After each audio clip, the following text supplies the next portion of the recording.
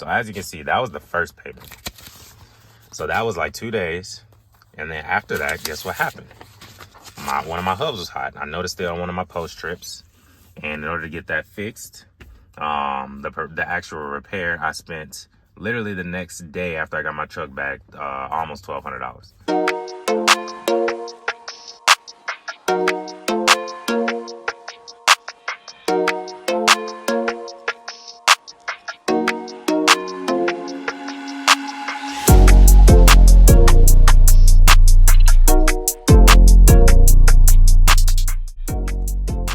What's going on, hotshot fam? We're back with another video. It's like 7 o'clock in the morning. A lot has been on my mind, and a lot of things that I'm seeing online, including myself. You know, I'm not guilty of it necessarily, but a lot of things that we see online as far as groceries and trucking, and as far as what people are making per month, per week, per day, whatever the case may be.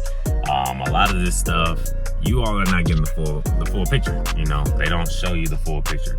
So ultimately, my truck is a 2007 Ford F-350. I bought used truck coming into the industry, like right before all the prices rose, et cetera, like back in like, what was it, 2020 is when I started, like right during the COVID season, when they had switched careers, got in hotshot trucking. I was gonna be making all this money, blah, blah, blah, but I was not like forewarned about the things that actually could go wrong as far as on a financial level, of the things that you have to pay for on a day-to-day, well, not on a day-to-day basis, but you know, potentially you have to pay for week by week, day by day, month by month, year by year, just depends.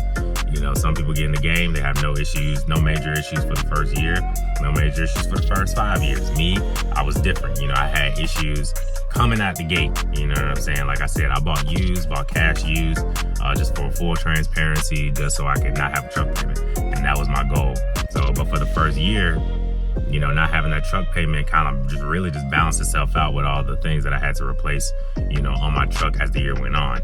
Second year, and then the biggest kicker towards the end of the year was me having my whole motor go out, and then that brand new motor went out like not even a full run, not even a full like couple months, like with the truck running again or running back on the road, and then I had to get a whole new motor after that. So that motor I don't even think it made it to 20,000 miles. But anyway, now I've been running with this motor, and it's been about a year now. No major issues on the truck for the longest time, up until this week.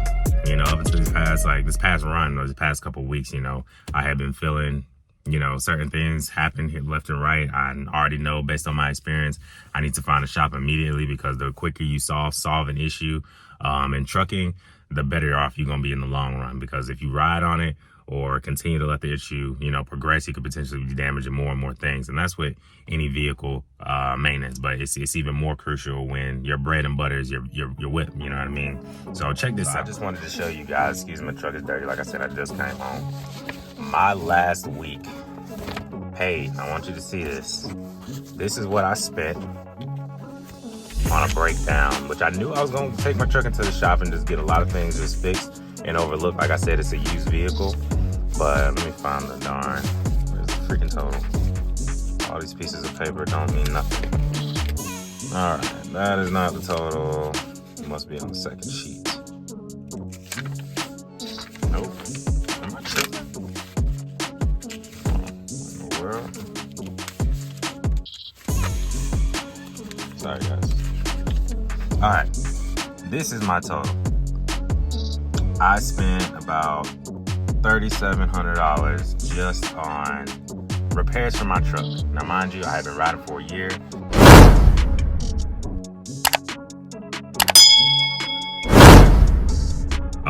My vehicle probably has about, we're coming up on 400,000 miles on the truck itself.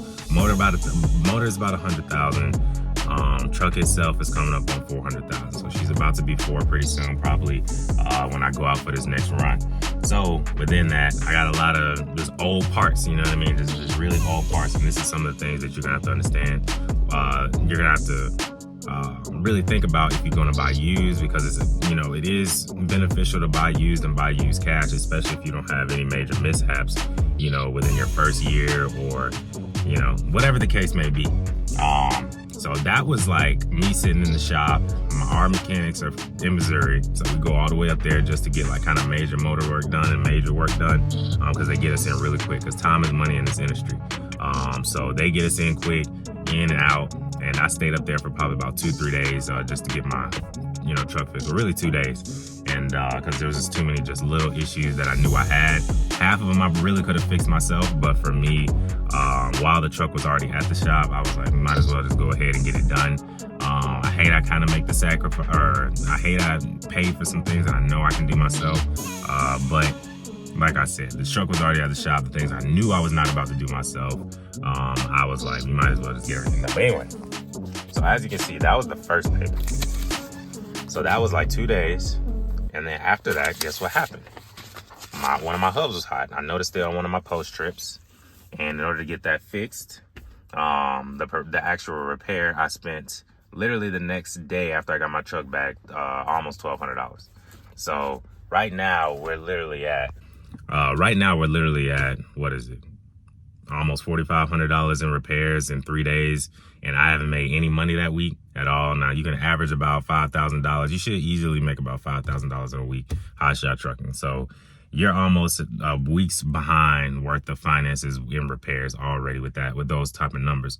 But when you buy a used vehicle, or sometimes even if you buy a new vehicle, you never know what type of vehicle you're getting and what conditions and its particular build is not ready to handle.